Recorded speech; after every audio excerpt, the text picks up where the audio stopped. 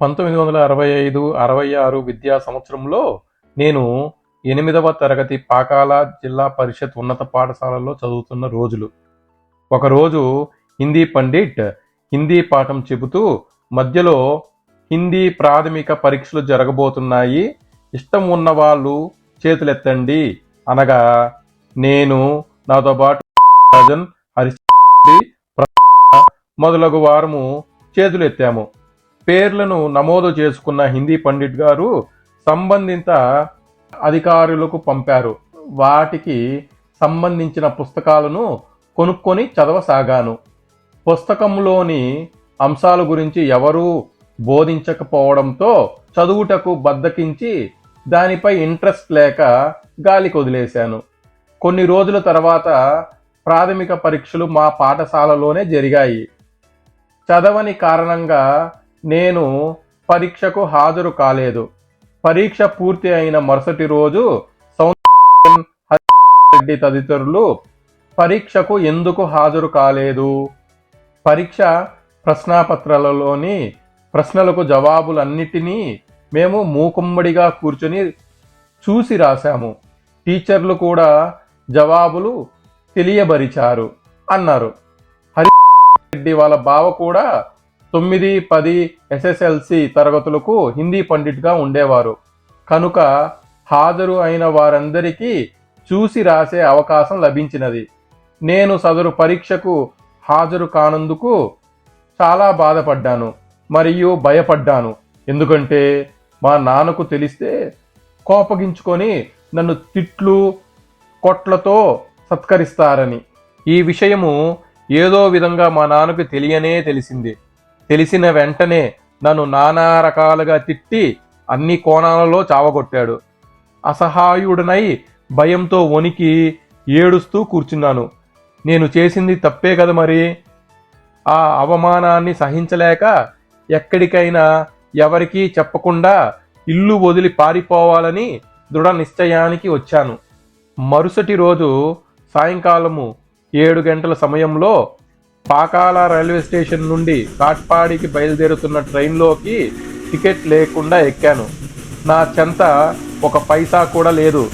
ఏదో సినిమాలో హీరో చిన్నప్పుడు ఇంట్లో నుండి పారిపోయి ఎక్కడెక్కడో కూలీ నాలి చేసుకుంటూ చివరగా పెద్దయ్యాక బాగా ధనవంతుడై వారి తల్లిదండ్రులను కలుస్తాడు. దానిని స్ఫూర్తిగా తీసుకొని గమ్యం లేని ప్రయాణం సాగించాను. ఇంతలో టీటీఈ టికెట్ అంటూ ప్రయాణికుల టికెట్లను పరిశీలిస్తున్నారు. అది చూసిన నేను భయకంపితుడై లెట్రిన్లో దూరి తలుపు వేసుకున్నాను. టీటీఈ అక్కడి నుండి వెళ్ళాడని నిశ్చయించుకున్న తర్వాత నేను లెట్రిన్ నుండి బయటికి వచ్చి ఊపిరి పీల్చుకున్నాను.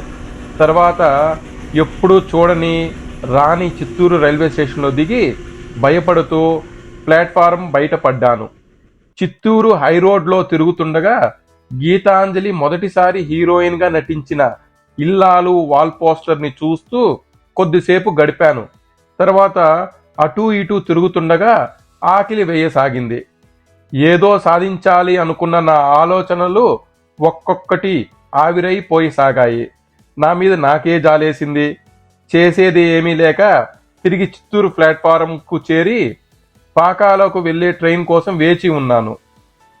ఇంతలో ఎవరో కుటుంబ సభ్యులు గ్రూపుగా చేరి భోజనం చేస్తున్న దృశ్యం చూసి ఆకలికి తట్టుకోలేకపోయాను.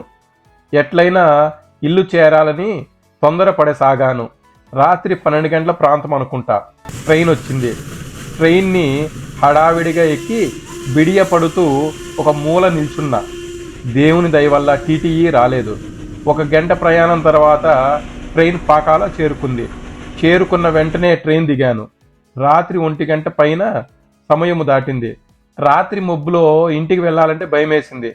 ఇంతలో ఎవరో చేయి పట్టుకోగా ఉలిక్కిపడి చేయి పట్టుకున్న అతన్ని చూశాను. అతను మా నాన్న దగ్గర పనిచేసే క్రింది స్థాయి ఉద్యోగి. మా నాన్న రైల్వే ఉద్యోగి, ఫిట్టింగ్ సెక్షన్లో పనిచేసేవాడు. ఆ రోజు మా నాన్నకు నైట్ డ్యూటీ. అతన్ని మా నాన్న నా కోసం పంపించాడు. అతనికి నన్ను బాగా తెలుసు. అతను తమిళియన్. ఎన్నా తంబి సొల్లామే వీటు విట్టిటి పోయిటియే అని నన్ను మా నాన్న దగ్గరికి తీసుకెళ్ళాడు. మా నాన్న ఏమీ మాట్లాడక అతనితో ఇవన్నే వీటికిట్ట విట్టిటివా అని చెప్పాడు. అతను నన్ను ఇంటి దగ్గర వదిలి వెళ్ళిపోయాడు. తలుపు తెరిచిన మా అమ్మ నన్ను చూడగానే, ఏరా నాయనా, ఎక్కడికి పోయావురా, ఎందుకు వెళ్ళావురా, ఎప్పుడు బయటికి ఒంటరిగా పోని నీవు ఎందుకు వెళ్ళావురా అని నన్ను దగ్గరికి తీసుకొని ఏడుస్తూ ఉంటే నాకు ఏడుపు వచ్చి మా అమ్మని గట్టిగా హత్తుకొని ఏడవసాగాను. తర్వాత మా అమ్మ పదే పదే భోజనం చేయమని బ్రతిమలాడినా నేను బింకముగా వద్దన్నాను. చివరకు ఆకలి తట్టుకోలేక బెట్టు చేయక భోంచేసి పండుకొని ఇక జన్మలో ఇలాంటి పని చేయకూడదని నిర్ణయించుకొని హాయిగా నిద్రపోయా.